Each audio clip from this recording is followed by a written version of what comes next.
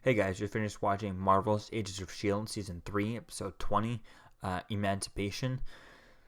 Wow, what an episode. This episode was kind of fun. I mean, there's a lot of stuff going on, a lot of build up, with the whole kind of General Talbot, was the first episode connecting to, well, not the first episode, but kind of first episode after the release of Captain America, the Winter Civil War. Which I saw twice, by the way, and I just finished seeing it my second time today. Awesome.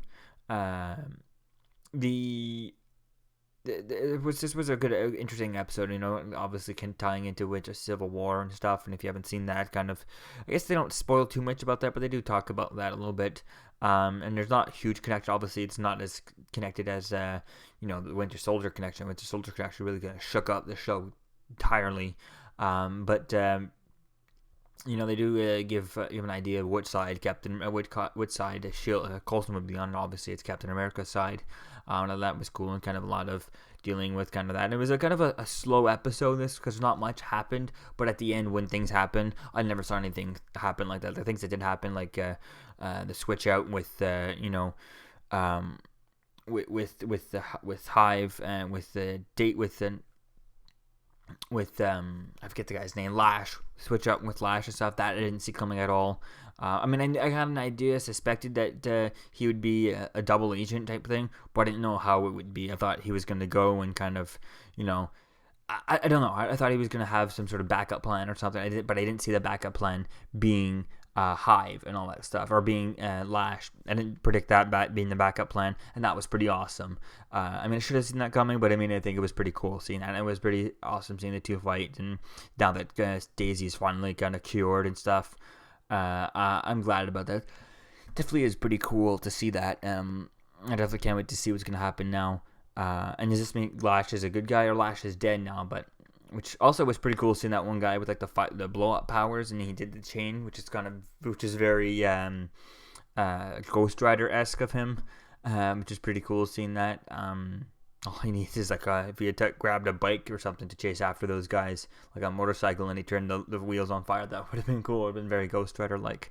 But this was a fun episode. A little bit slow. The payoffs at the end made up for the slow episode, and it made it pretty good. So I definitely can't wait to see what's going to go on and how what's going to happen with Sky and who's going to take it, who's going to end. I have a feeling it might be Grant Ward, because obviously he can't. The problem that I could foresee is that, yes, we have a 2-hour episode next week for the finale, but if, let's say Hive, his plan cannot succeed. He cannot turn the entire planet, or the majority part of the planet, into Inhumans without it affecting the movies. We have Doctor Strange coming out in so much time, and that's supposed to be within the same universe. Obviously, he might be kind of jumping through different dimensions and stuff like that, so it might not be, that's where there's like the disconnection might be and stuff. But at the same time, at the beginning of the whole universe, and he's fine, and he's kind of, just being a doctor and stuff, he's still on Earth, so it still starts off on planet Earth, and it can't be normal, okay, Earth on that for that to be all fine. Or Spider-Man coming up, or whatever the next movie is after, probably will be Thor or something after Doctor Strange or whatever. But there's just so much going on. We have Luke Cage coming up in September, which is also going to be in the same universe.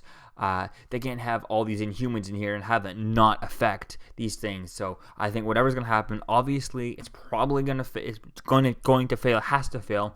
Otherwise, the movies cannot ignore it if something happens this big. So that's one of the problems that I see with this right now, is that how can something like this happen so big? How can 10% of the entire world's population, because they did say a small percentage of the world, 10% of like 7 billion people, which is still, I don't know, a big number of people, go unnoticed by people like Tony Stark, and any of those guys, and General Ross, and all of those. If the president knows about them, how can that go completely out unnoticed and all that stuff? You could say yes that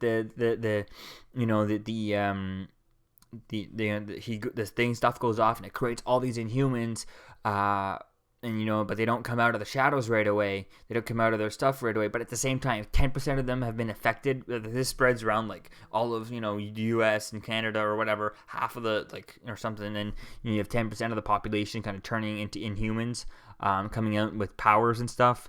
That's stuff that they can't be ignored, So, and yes, we might not see.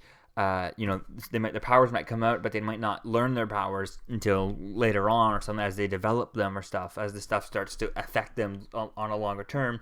We're not going to see Iron Man in the movies until like Spider-Man Homecoming or something like that. So, and by that point, any people who have been affected by whatever's going to happen in next week's episode will have been will have enough time for them to learn their powers and be out there doing stuff. We have heard of the fallout from that. So, which so far hasn't really been anything like that. Nothing happened on S.H.I.E.L.D. hasn't affected the movie, so they can't do anything like this unless they plan on talking about that next time we see someone like Tony Stark, who's clearly, because he found Spider-Man, looking for people like that, looking for strange things and stuff, looking for people with powers. So definitely can't wait to see what's going to happen in next week's episode. I'm assuming that I'm 90% sure the plan is going to fail. The S.H.I.E.L.D. team is going to win. They have to because of the movie. So we'll have to wait and see. Let me know what you think, guys, about that, about this theories about that, S.H.I.E.L.D. can't do too much big stuff because of the movies and, not acknowledging what's going on in S.H.I.E.L.D. and all that. So we're going to have to wait and see. So let me know what you think, guys, about this in the comments below. And I'll see you guys in the next video. Peace.